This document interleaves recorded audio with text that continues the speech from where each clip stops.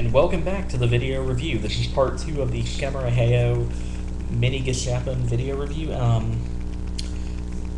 And as you know, in part 1, we covered the minifigures and their features. I'm sorry if I seemed to rush it, but I was running short on time. Anyway, so this is part 2 of the review. Now what I'm going to do is I'm going to go ahead and introduce the combinations that you can perform. But first of all, though, someone sent me an email just as I finished up this video, the first video, asking me to do a size comparison for the figures. So here's what I'm going to do. Right here is World's Smallest Transformers Ultra Magnus Cab mode. In size comparison to HaOh and HaOh, he is roughly about the same size as them. Maybe off by a hair or so. But otherwise, the same height.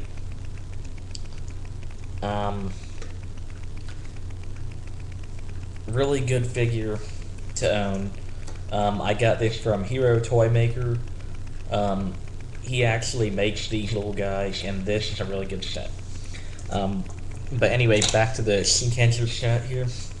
I'm going to go ahead and start off with the Ika HaOh, otherwise known as Daikai HaOh, or actually I'll take it back now, otherwise known as the Octosphere Megazord. So the first thing I'm going to want to do here is you want to go ahead and take the Octozord, and as you can see, set on a little base. You go ahead and unplug him straight from the base, and here you have the shield. Now, you want to go ahead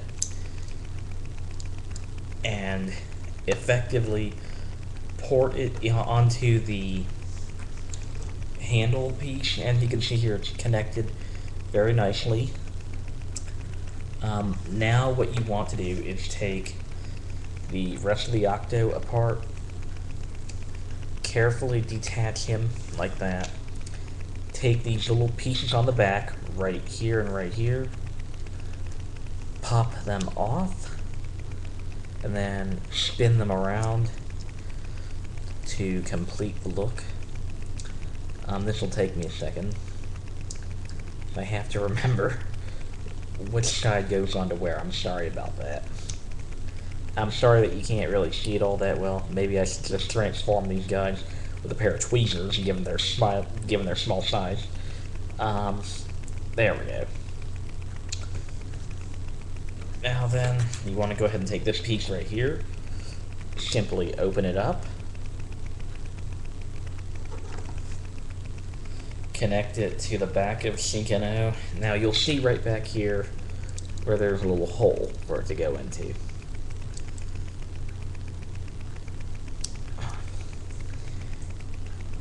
There we go.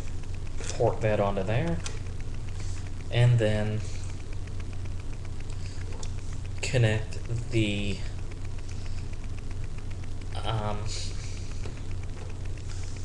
Octozord onto the turtle. Now, for those of you that are wondering, no, the Octozord spearhead does not extend at all. I have looked at it, I have examined it carefully. It does not extend. In fact, it's just a standardized piece. But this is the Ika HaOh. Very nicely done. He's got the shield and whatnot here, so, you know, he's good to go. Now we're going to go ahead and move on to the next formation, which would be Claw Battlezord North, otherwise known as Daikai Okita. So first thing I want to do here is pop off these pieces, go ahead and retransform the Octozord, combine it with the handle piece right here. Then we want to go ahead and switch the face over to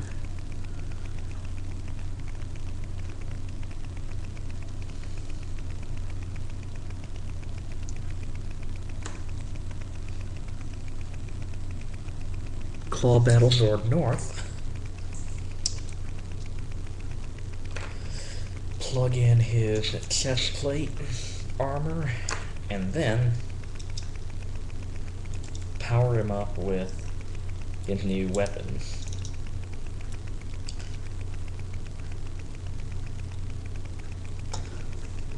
And there you have Claw Battlezord North. Really, the articulation in this mode is very restricted because of the extra large chest armor on him. So you know what? Yeah.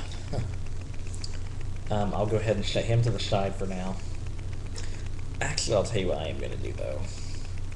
I'm going to go ahead and take the Octozord apart and just put him off to the side. Now, there we go. I'll leave that little handle piece attached for now because I really don't see any other use for it. Yeah, go ahead and set the Micro Clawzord off to the side. Yeah. Now I want to go ahead and perform the Samurai Battlewing Megazord formations. Again, I am not calling these by their Japanese names, and they are hard for me to pronounce. So I'm sorry if I do create offense towards anyone by this. Okay. The Samurai Battlewing is ready for combination here. I just removed the back legs. There we go. Gonna go ahead and point up the drills in the back. And then, now the tiger drills on this figure do attach nicely onto him, which is something that I really wish that Bandai of America would have done for the Samurai Megazord, at least, though, is giving us the tiger drills on the chest. But at the same time, I can understand why they probably couldn't, though. I'm not making excuses for Bandai America ever, But then again, though, chances are, I will say this much for them, though. And I'm not saying this in their defense, and I'm not saying it against them. That, they are probably on a budget. A very poorly done budget, They have really shocked me as a collector, in all my years, had I never seen a bad product from them. And then all of a sudden, when the Drive Max Megazord came out, I noticed that a lot of people were pissed, Some people were outraged beyond the point that, it's like, you gotta be kidding me. And, personally, I never really did pay any attention until I picked up a Drive Max Megazord, and I was like, oh my god, I was like, this thing is really horrible. So, yeah. Anyways, go ahead and place the sword in this little guy's hand. And there you have the Tenku Shinkeno, otherwise known as Battlewing Megazord, or the Airstrike combination. This is the one thing I am thankful for, is that it does have the tiger drills on the front for the sake of show accuracy. Now we're going to go ahead and quickly move on to the Daikai Shinkeno, otherwise known as Super Samurai Megazord formations, with the Samurai Battle Cannon. So I will go ahead and disconnect these pieces here, and then get it all together. Now most of this stuff's going to be done probably off camera, so I apologize if you can't see anything all that well. So I'm going to pause this video and then resume recording, so I'll be right back.